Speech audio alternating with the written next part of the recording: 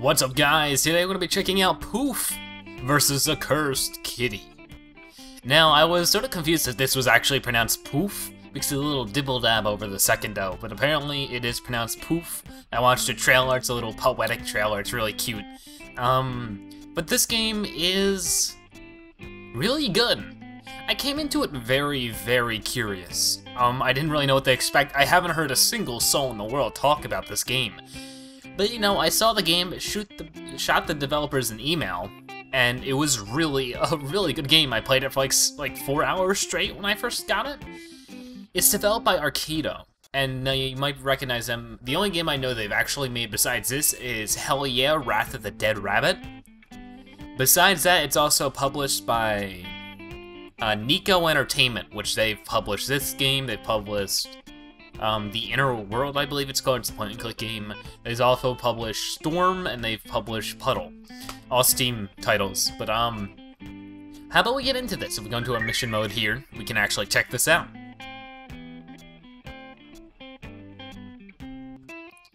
Alright, now it throws us right in. It's sort of abrupt like that, I guess. It's a really simple game, but if we really want to put it into terms, think of the Super Mario Bros. Original arcade game. Now put that into a tower defense, and now mix that up with elements of Spelunky, and then you get this game. Now it's really unique and really fun. It's very arcade-esque, and it's very competitive, and I really, really enjoy it. Now there's a lot of unlocks, so you're seeing a lot more content than you get in the beginning of the actual game. Some of these areas, like the area I'm standing in right here, this left area, does not exist until you unlock it. This area, like above me, that doesn't exist until you get there. And then there's different areas that you can unlock throughout the game. And there's also different items I can use here, like I can Poof, and what that does is that makes the enemy slower. I can also use like this freeze item I picked up, and then I can freeze people, run through them all, do it like ice climber style, I think. I don't know. But now like I can throw a sword. And of course, the main goal is to defend your precious cursed kitty. Now, if this kitty gets hit once, just once, you will get a game over. You can as well die. On the top right, you might be able to see that your health is limited. But we have an array of enemies coming at us here, and really our just main goal is to defend this poor kitty. We also have different towers we can place, like that one right there. Let me kill these guys. And you can see it gets very hectic and very, very competitive. I find myself constantly trying to battle with other people to get to the top of the scoreboard. Now we have things happening all over the place. I'm going to put another Poof down, and I'm going to throw one of these.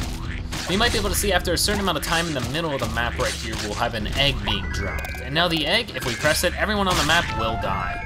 We also want to be able to keep our combo up along with picking up these different gems to actually help with our combo because, you know, that will increase our score. Score is good if you want to be competitive and getting throughout the game, of course. You unlock more things the better score you get in a level. Like, there's a lot of actually extra things that I'll discuss in a minute after I hopefully die. I hopefully don't, you know, play for 15 minutes here talking about the game, but really, like, what we have is, like, some stuff we can unlock on how good we can get in the game, like our different costumes, different ways the kitty looks, and even different backgrounds and music. Now, I'm low on health, so I want to lay down a Poof. Let me freeze these guys up. Okay, let's try not to get hit here. But the game can get very, very difficult very quickly. Oh god, I'm in a bad spot again. Oh, there I go, and I died. Game over. Now here, it's a little glitched.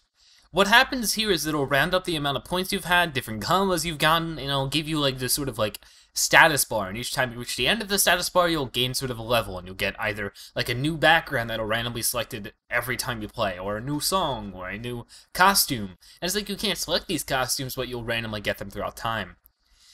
Now, obviously, this isn't a game-breaking bug, this is just a minor visual inconvenience, but there's quite a few of these in the game I've noticed. Now, if we go to the missions here, this is where things are a little interesting. One thing, the game over screen is sort of stuck on my screen right now, I don't know why, but what this is missions. Now, when I first saw this, I thought, oh, this is going to be like an app port to the game, but not really. It's not really a pay-to-win thing. There's no microtransactions existent in the game. Actually, here we have quests, and what happens is each time we complete our 3 quests, or our 3 missions, we get something unlocked at the bottom. Now that thing that we unlock can be anything. It can be, you know, different durations, like we can get, you know, that golden egg, we can get that quicker with certain ones, or we can unlock even separate pieces of the map. And we can get different moves, like the roll attack. And it gets progressively harder to get these missions, but you feel ever so enticed to do so, just because of the, you know, awesome things you could possibly get from it. Now besides that, I do have a few gripes with the game. One thing you might be able to notice, I can go to the help and options here. I have in how to play, pro tips, and credits. There's literally no option menu.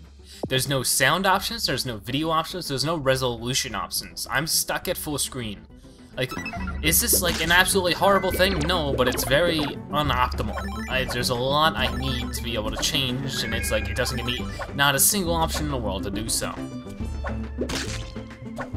That's just one of the gripes I have with it. Along with the map, I wish there were several maps, but it doesn't give me that. Or at least it doesn't give me any sign that that's existed. Like, maybe I unlock more maps after I unlock absolutely everything, but that's sort of, I don't know, I feel like that's a little lame, if you ask me. Because it's like, I've noticed that I do the same strategy every single time, because it works. Why would I do any other strategy? But it's like, if I had different maps, I could mix it up, have different playstyles, have different strategies, it would make the game extensively more fun and extensively more play, or have like an extensive play time to it. Just with 2 or 3 extra maps at the least. I feel like that is something huge that the game is missing. But besides that, you can see that we have a good variation of enemies. I think we have about 10 or 11 enemies here in the game, and they all have their own abilities that we had to be careful for, along with a decent amount of items that'll help us be able to defend our kitty properly.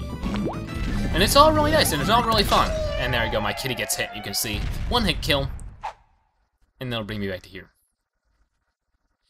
Now, I don't think I can actually go back to the main menu here. But what I'm going to do is I'm going to start it again, and I'm going to show off the, if you want me, oh, there it goes, the leaderboards. The last time I checked, I was number 2 on the leaderboards. Yeah, look at this. I'm number 2 in the leaderboards out of the whole game. Oh man, feels good. But, this might just be because of the lack of players. I believe there's only 30 to 40 people actually on the leaderboard. Let's see. Well, it looks like, yeah, there's 53 people on the leaderboard. I'm number 2. Makes me feel good, but it really isn't that big of an achievement. Let's go return to the main menu. You can see that's literally it. The game is fun and simple, but a little too simple. I feel like there could have been a bit more content in this, especially new maps.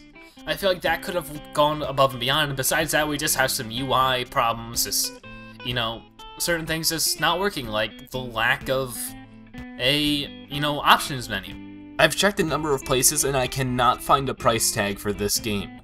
What I'm going to suggest is that if it's over $15, do not go for it. I'm going to guess that it's going to be a $10 title, which if so, go and buy it. It's really fun, it's worth $10. But if it's past $15 on its November 8th release date, I wouldn't suggest going for it.